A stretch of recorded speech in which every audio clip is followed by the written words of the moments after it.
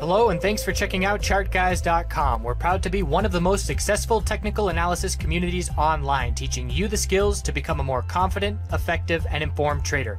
Join our community of hundreds of analysts worldwide working together to learn the charts, generate profit, and achieve financial independence. For access to daily live chart analysis and market coverage, a thriving chat community, along with dozens of hours of exclusive educational materials. We look forward to seeing you. Let's check out some charts. IWM had the bull break to change the daily trend by getting over 150, but we did not get over the top of the original bounce of 152.63, so it is a clear daily trend change with a higher low and higher high, and that higher low on all these daily charts of everything that we're going to look at is now our benchmark, and we can say the bulls had the daily uptrend as long as 146 holds. Something about this candlestick. When I first started trading, my first 1 to 3 years of trading, I would trade based on shapes of daily candlesticks. And then I learned I can get a lot more information than that by zooming in. So there's two different scenarios. Let's say this is our candlestick. And scenario number one, the bell rings and we see the bulls show up and we run strong until 2 p.m. And then at 2 p.m., we start consolidating, looking for a healthy hourly higher low to form.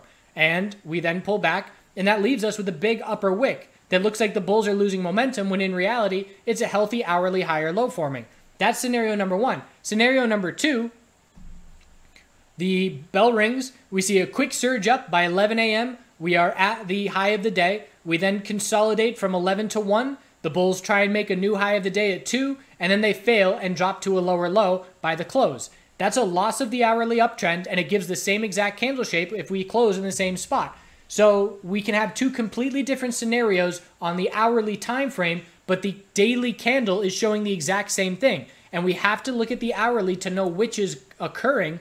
And in this instance for IWM, it is more in line with the high, low, and just a tightening range. So if on Friday, tomorrow, if we break 150, that's an hourly trend change, which would have us looking for a pullback for a daily higher low to form. If we hold 150, the bulls are just fine and they're keeping control and keeping the hourly uptrend. So daily candlesticks, it's worth noting the shape, but you want to know what the hourly trend is doing underneath that for more details. QQQ can't get a more clear bull break than that. Huge follow through, and we're just looking at the all-time high. So again, distance to the all-time high, we're looking at 2%, and distance to the August low is over 6.5%.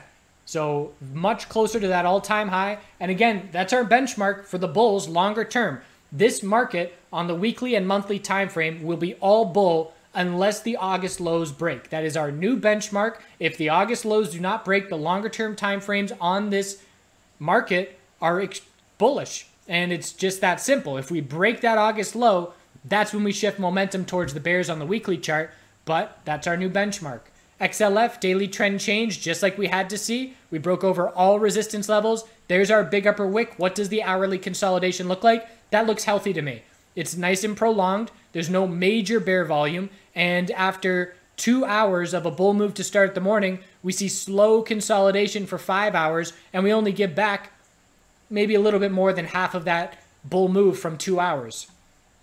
So the bulls want to see a higher low form. If we can't break 27.68 tomorrow, again, consolidation. I'm not saying that the bull move today is not going to lead to some short-term consolidation. What I'm saying is we've broken a bunch of key resistances and the bulls have tons of space where we can consolidate on the daily time frames and still be in daily uptrends at this point. So the weekly time frame for XLF, it's still a potential head and shoulders pattern. So that's why the FOMC is so important. If the financial sector dumps on the FOMC, this right shoulder would be a possibility where we can't break the high of the move and we drop down and break this 25.92 double bottom.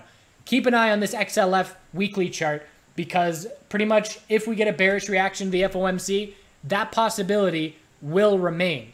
And if we look at QQQ on the weekly chart, same thing. It is still a possible right shoulder, but it pretty much has to see a bearish reaction to the FOMC in my opinion.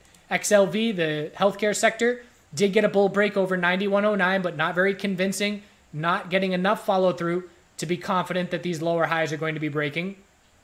91.69 and 92.17 are resistances, but our daily higher low benchmark is 89.71 for the bulls to try and keep control. XBI has not changed the daily trend. Anything under 81.52 is just a daily lower high. It is clearly the weakest sector out of everything that we just looked at, as it's coming off of its low and it's still seeing daily lower highs. The VIX dropping down 1550 was the lowest price we saw on this pullback, and we hit that level and bounced a little bit. So that 1550 level is now the most important marker, and if that breaks, then there is the least amount of fear in the market that we've seen since that little August little flush, and flash is the wrong word, but quick pullback over a 4 or 5 day period.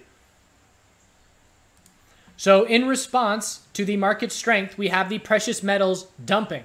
And again, this is, you can look at the fundamental reason today and say, oh, well, there's advancement in the China talks, and they're going to be talking in October or whenever it is. In my opinion, it's the technicals that's more of the reason that we had the day today. It's a bit of a chicken or the egg scenario. Would we have seen a bull break without the China news? Don't know. Would the China news get this much of a bullish reaction if it wasn't such a clear technical bull break? I don't think so. If you give this same exact news that we got this morning, going back to SPY here, and if we got that news 5 days ago after this close here, I don't think, and we're coming from the middle of the range is the point, I don't think that news has nearly as much impact as it did today. Today it had as much impact because it triggered short stop levels, it triggered bull entry positions by breaking key resistance, and in my opinion, that's why we saw so much follow through. And what exemplifies that opinion to me personally is the way that the precious metals reacted. They absolutely dumped on the daily time frame in one of the most bearish days that we've seen in gold. I mean, when's the last time gold had that big of a pullback in one day? And you're not going to find it for a while. We're talking a month plus. So what caused that? In my opinion, obviously the China trade war is a reason gold is going up, but it was such a significant pullback just today because the S&P 500 broke its monthly tightening range bullish. So we lost the daily uptrend. We double topped at 1555 and we broke support of 1516. So now that tells us zoom out because weekly consolidation is underway. It's going to be healthy weekly consolidation if the bears don't get any follow through on this little trend change. If we don't drop down and break 1492, it's going to be very limited consolidation that will show up as healthy consolidation on the weekly chart. If we drop down and break 1492, pretty much on the weekly time frame now, we're looking on a day-to-day basis. Is this consolidation going to be healthy for a bull flag into continuation, or is the size of the pullback going to be significant enough that it sets up for a tightening range where we pull back significantly and we bounce and we just look for a lower high? So every day we're going to get more information as to which is the more likely scenario as far as how the weekly consolidation will look. But anything on the weekly chart above 1400 is a higher low, so we know we're not losing that weekly uptrend anytime soon, and the exponential support is catching up. Silver pulling back as well very hard. Again, we were watching the 4-hour uptrend. When the 4-hour uptrend is lost, we look for daily consolidation. That signal was at 1917, and we dropped down very significantly from that support breaking. So 3% to the downside once that level broke, because as soon as that level breaks, it's the first loss of the 4-hour uptrend that we've seen in days, and that tells us daily consolidation is underway. So anything above 1802 is a daily higher low. We have not lost the daily uptrend on silver like we have on gold, so it is holding up better in that regard, and we would pretty much have to see a little bounce attempt and then lower lows for the daily uptrend to be in jeopardy. But daily uptrend on silver, daily uptrend is lost on gold, and the miners lost their daily uptrend as well. Big dump day on the miners. The bear miners had their time to shine. Now that weekly consolidation is underway, we're looking for a short-term oversold bounce on the bear miners. And the big important level for me on NUGT is weekly support at 3251. Hourly RSI today got oversold. A little bit of a weak bounce attempt. If you get that 4-hour RSI oversold, I'm definitely going to start getting interested in an oversold bounce play. But as of right now, the momentum has shifted, and it's to the bears, and now the question is, what can the bears do with it? And the FOMC is going to have a big reaction on precious metals as well, so just be aware. Again, 7-8 trading days or so until we're going to have to watch patiently, because short-term direction on both the market and the metals will be given to us middle of this month. Oil had our bull break. This is the bull break we were looking for.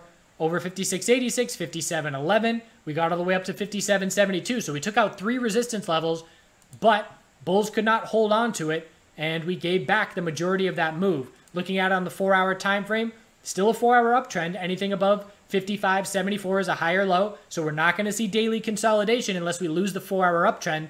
But pretty much bull move this morning, gave it all back to where we started. And on the daily time frame, if we do lose that 4-hour uptrend, the bulls must hold 52.82 on the daily chart. The key weekly level that we were watching for resistance, 57.43, and obviously not getting any follow through that level. The 4-hour RSI was over 70. The hourly RSI was up over 80 when that break occurred. So too extended on the short-term time frame to get significant follow through. The question is, can the bulls keep this 4-hour uptrend intact? And if we don't, then we look for a daily higher low to form. Natural gas, bearish reaction to the inventory report, a lot of volatility, and essentially the range that we're watching is the range of the reaction today, because we had the high, it's an equilibrium, high, low the pullback, double top essentially, and you could call this a little higher low. So short-term levels, the most important for me heading into tomorrow, are 2438 and 2411. Depending on which level breaks, dictates short-term momentum. If we break this hourly tightening range bearish, we're going to be looking for the daily pullback for a higher low to form. The bulls have a ton of space to work with, and there are going to be a lot of people looking to buy that daily higher low that missed out on the last few days, potentially myself included. We'll see how consolidation looks. But if it breaks bullish, 250 is in sight, and that is going to be the level to watch for the next few days.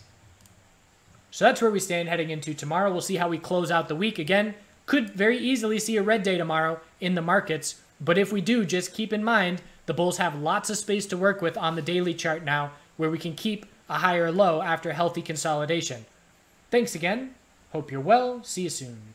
If anybody has any ideas, I am very curious with these 4 bushes, the same variety and the same shape and size and the same location, why would this one be putting off a giant 6-foot tall top with the others not doing anything even similar? And obviously I haven't touched any of them, but just curious what would make that one so different.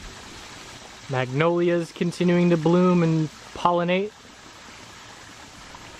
Continuing to deck out the trading space here. Got my rocks going on. Got a little terrarium with some succulents. And each morning I burn some sage and frankincense, and I got some copal and palo santo. Get the mood going as I'm doing the whiteboard, getting ready for the morning doing stocks. And I got a big wool rug that I'm going to set here when it's cold enough and do some stretching on it in the morning. Money plant still going. It's got its top growth just starting to get a few more guys out the top. More plants. And it's going to be interesting to see how cold it gets here in the winter. We got this heater already, and I'll probably get another one, but definitely going to have to layer up. And for those who've been watching videos for at least 3 years, this is some artwork from the community farm spot I was living on. And my buddy is transitioning between places and has nowhere to put it. So it's in my living room for now. Some of our friends made this a little collaboration piece, and it's just on some big pieces of wood. Really cool tone to the living room.